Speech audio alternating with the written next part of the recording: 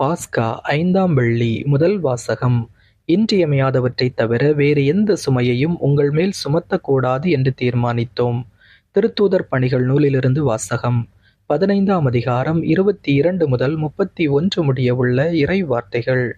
அந்நாட்களில் திருத்தூதர்களும் மூப்பர்களும் திருச்சபையார் அனைவரும் தம்முள் சிலரை தேர்ந்தெடுத்து அவர்களை பவுலோடும் பர்னபாவோடும் அந்தியோக்கியாவுக்கு அனுப்புவது என்று தீர்மானித்தனர். அவ்வாறே அவர்கள் சகோதரர்களிடையே முதன்மை இடம் பெற்றிருந்த பர்சபா என அழைக்கப்பட்ட யூதாவையும் சீலாவையும் தேர்ந்தெடுத்தார்கள். பின்பு அவர்கள் ஒரு கடிதத்தை எழுதி அவர்கள் கையில் கொடுத்து அனுப்பினார்கள். அக்கடிதத்தில் திருத்தூதரும் மூப்பரும் சகோதரருமாகிய நாங்கள் அந்தியோக்கியா, சிரியா, சிலிசியா ஆகிய இடங்களில் உள்ள பிற இனத்து சகோதர சகோதரிகளுக்கு வாழ்த்து கூறுகின்றோம். எங்களுள் சிலர் அங்கு வந்து தங்களுடைய பேச்சால் உங்களது மனத்தை குழப்பி உங்களை கலக்கமுறச் செய்தனர் என்று கேள்விப்பட்டோம். இவர்களுக்கு நாங்கள் எந்த கட்டளையும் கொடுக்கவில்லை. எனவே நாங்கள் ஒரு மனதுடன் கூடி வந்து சிலரை தேர்ந்தெடுத்து எம் அன்புக்குரிய பர்னபா, பவுல் ஆகியோரோடு உங்களிடம் அனுப்புவதென்று தீர்மானித்தோம். இவர்கள் இருவரும் நம் ஆண்டவர் இயேசு கிறிஸ்துவுக்காக தங்கள் உயிரையும் கொடுக்க துணிந்தவர்கள். எனவே நாங்கள் யூதாவையும் சீலாவையும் உங்களிடம் அனுப்புகிறோம். அவர்கள் நாங்கள் எழுதுகிற இவற்றை தங்கள் வாய்மொழி மூலம் உங்களுக்கு அறிவிப்பார்கள். இன்றியமையாதவற்றைத் தவிர அதிகமான வேறு எந்த சுமையையும் உங்கள் மேல் சுமத்தக்கூடாது என்று தூய ஆவியாரும் நாங்களும் தீர்மானித்தோம். சிலைகளுக்கு படைக்கப்பட்டவை, இரத்தம், கழுத்து நெரிக்கப்பட்டு செத்தவை மற்றும் பரத்தமை ஆகியவற்றை நீங்கள் தவிர்த்து உங்களை காத்து கொள்வது நல்லது. வாழ்த்துக்கள் என்று எழுதியிருந்தார்கள். யூதாவும் சீலாவும் விடை பெற்று அந்தியோக்கியா வந்தனர். அங்கு மக்களை கூட்டி கடிதத்தை கொடுத்தனர். அதை வாசித்ததும் அவர்கள் ஊக்கமடைந்து மகிழ்ச்சியுற்றார்கள். ஆண்டவரின் அருள்வாக்கு. இறைவனுக்கு நன்றி. பதிலுரை பாடல் பல்லவி. என் தலைவரே, மக்களினங்களிடையே உமக்கு நன்றி செலுத்துவேன். என் தலைவரே, மக்களினங்களிடையே உமக்கு நன்றி செலுத்துவேன். என் உள்ளம் உறுதியாய் இருக்கின்றது. கடவுளை, என் உள்ளம் உறுதியாய் இருக்கின்றது. நான் பாடுவேன், உம்மை புகழ்ந்து பாடுவேன். என் நெஞ்சை விழித்தெழு. வீணையே, யாழை விழித்தெழுங்கள். வைகரையை நான் விழித்தெழச் செய்வேன். பல்லவி. என் தலைவரே, மக்களினங்களிடையே உமக்கு நன்றி செலுத்துவேன். என் தலைவரே, மக்களினங்களிடையே உமக்கு நன்றி செலுத்துவேன்.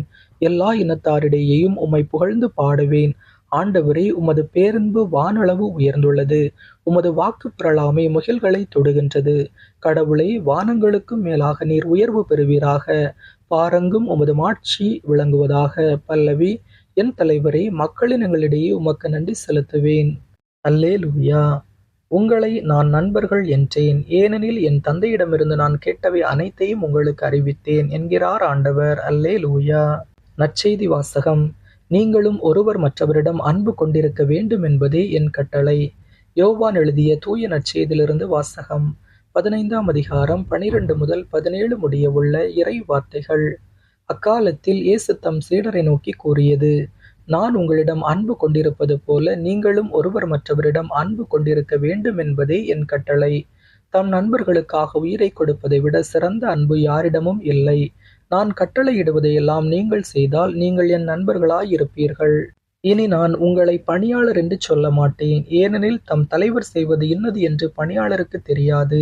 உங்களை நான் நண்பர்கள் என்றேன், ஏனெனில் என் தந்தையிடமிருந்து நான் கேட்டவை அனைத்தையும் உங்களுக்கு அறிவித்தேன். நீங்கள் என்னை தேர்ந்து கொள்ளவில்லை, நான் தான் உங்களை தேர்ந்து கொண்டேன். நீங்கள் கனி தரவும் நீங்கள் தரும் கனி நிலைத்திருக்கவும் உங்களை ஏற்படுத்தினேன். ஆகவே நீங்கள் என் பெயரால் தந்தையிடம் கேட்பதையெல்லாம் அவர் உங்களுக்கு கொடுப்பார். நீங்கள் ஒருவர் மற்றவரிடம் அன்பு கொள்ள வேண்டும் என்பதே என் கட்டளை. ஆண்டவரின் அருள்வாக்கு. கிறிஸ்துவே, உமக்கு புகழ். இன்றைய சிந்தனை. நாம் கிறிஸ்துவின் அன்பில் நிலைத்திருக்க அவரது கட்டளையை கடைபிடிக்க வேண்டும்.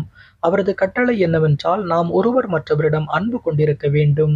இயேசு தம் சீடர்களை பணியாளர்கள் என்று கருதவில்லை, தம் நண்பர்களாக கருதினார். அவர்களை தம் சீடர்களாக தேர்ந்து கொண்டதன் நோக்கம் சீடர்கள் இவ்வுலகில் நற்கனிகள் தந்து வாழ வேண்டும் என்பதற்காக.